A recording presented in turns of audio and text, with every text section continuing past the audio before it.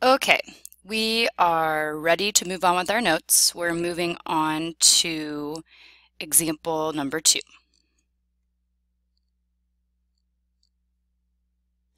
We are now moving on to the coordinate plane.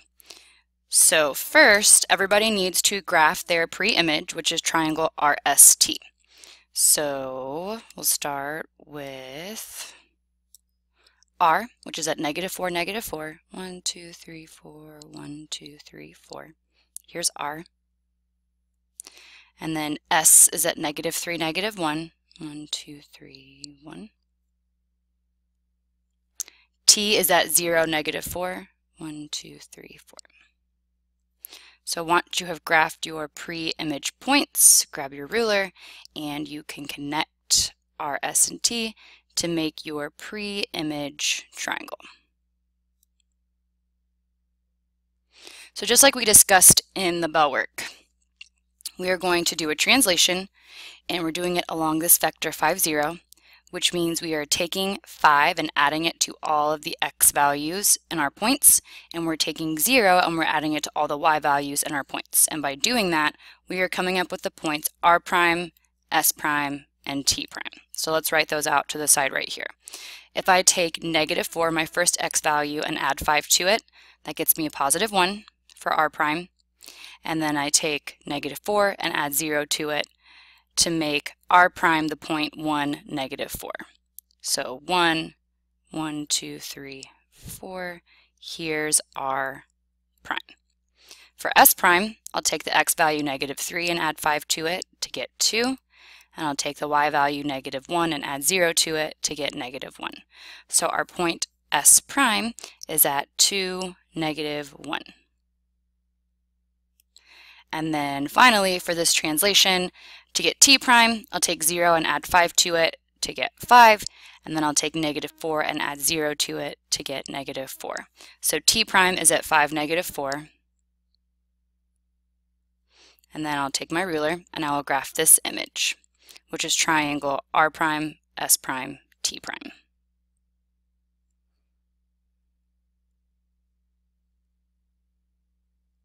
Now, just like the picture above, we translated and then we reflected.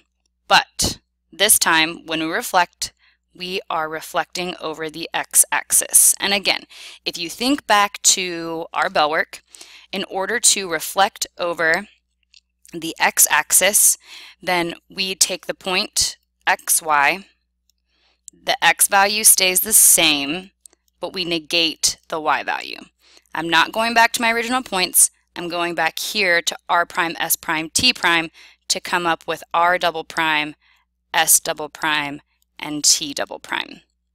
So I take my point 1, -4, keep 1 the same, but -4 I have to negate or change the sign. So that makes my point 1, and then a -4 would be +4. So r double prime is at 1, +4. S double prime, I take the x value 2 and keep it the same, and then I take the y value -1 and change the sign. So that means S double prime is 2, +1. And then finally T double prime, 5 doesn't change the x value, but I take the y value -4 and change the sign. So that point for T prime becomes 5, +4.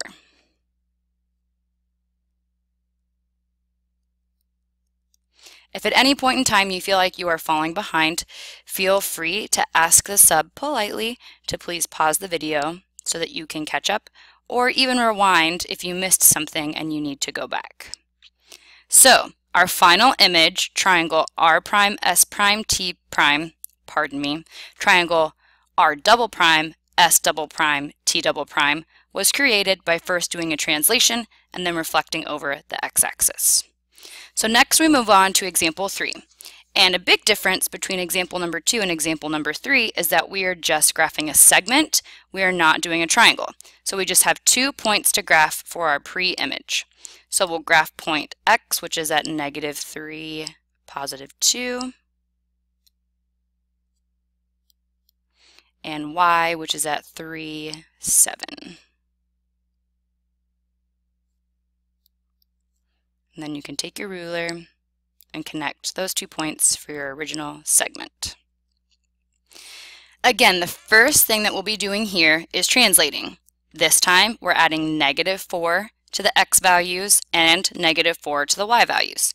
So in order to get x prime, I take my original point x and I do -3 plus -4, which is -7.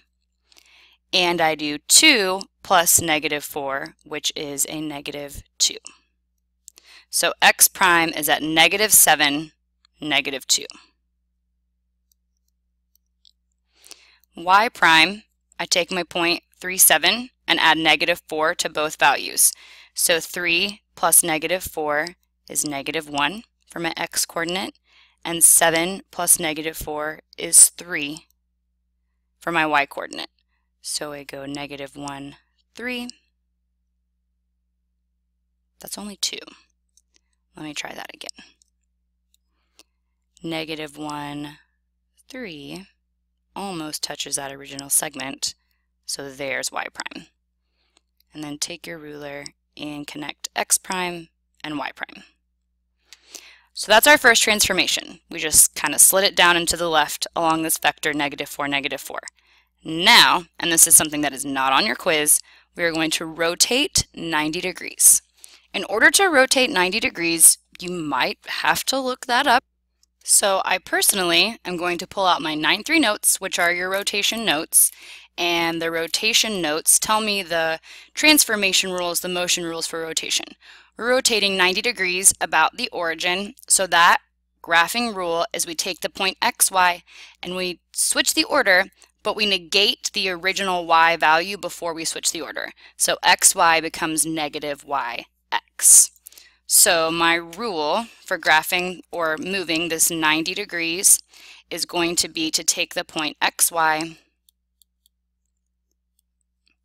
and change that into -y, x. So x double prime. I'm going to negate that y value, which turns a -2 to a +2, and move it to the front. But when I move x to the end, I keep that value the same. So x double prime is 2, -7. We'll do the same thing for a y double prime. Take the y value and negate it, move it to the front. So that's -3. And then my x value doesn't change, but it comes second. So x double prime is 2, -7. And y double prime is -3, -1. Notice when you make this image, when you connect this segment, segment x prime, y prime is perpendicular to this segment x double prime, y double prime, which makes sense that they would form a 90-degree angle because you just rotated it 90 degrees. So that image is finished.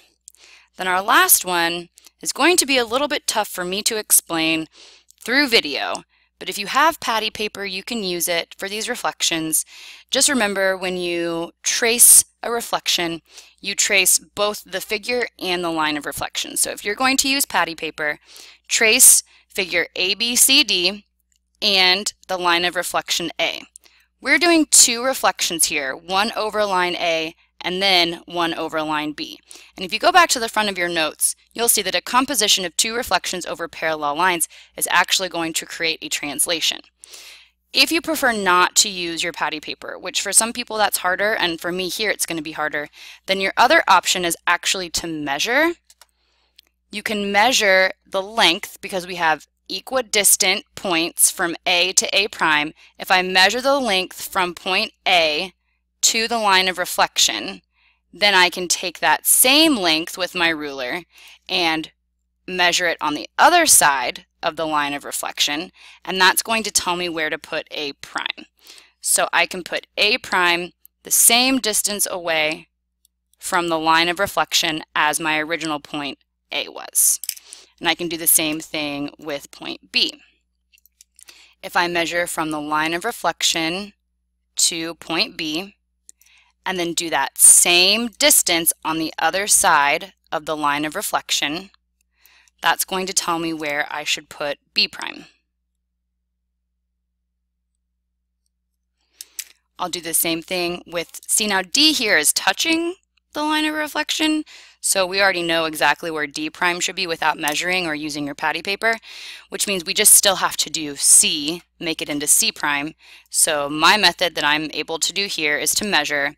So I will measure from the line of reflection straight over to point C, and whatever measurement that is, I will take my ruler and go on the other side of the line of reflection, measure that same length, and that's going to tell me where C prime should be. So if I now take all of these lines out of my picture here, all of your measurements, so A and A prime were equidistant to the line of reflection, C and C prime were equidistant to the line of reflection, then I can use my ruler and I can connect these points together to make my image A prime, B prime, C prime, and D prime. So that is our first reflection, and that was a reflection across line A. Now, whether you're using patty paper or whether you're measuring, I'm going to do the same thing, but I'm going to take this new image and reflect it over line B. So I'll do the same thing. You can either use patty paper or you can measure. So I'll start with point A. Actually, I'm going to start with point B because it's closer to the line of reflection. So I'll measure the distance from B prime to the line of reflection, B, and then take that distance and measure it on the opposite side of my line of reflection, and that's telling me where B double prime should be. So this same distance would be B double prime, so the distance from the line of reflection to B prime and the distance from the line of reflection to B double prime would be the same. Then I'll do the same thing with A prime and A double prime. I would measure the distance from A double prime to my line of reflection, and then I would measure that same distance on the other side, and that's going to tell me where I should draw point A double prime.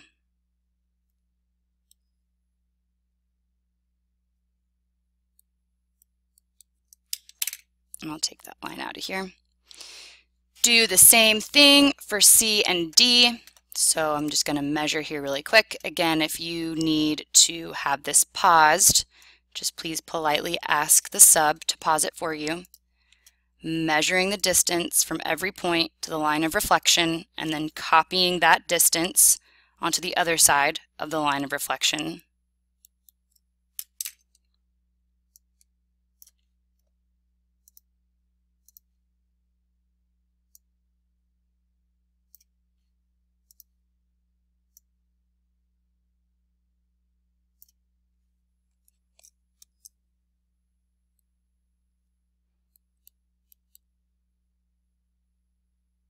Supposed to be a D double prime.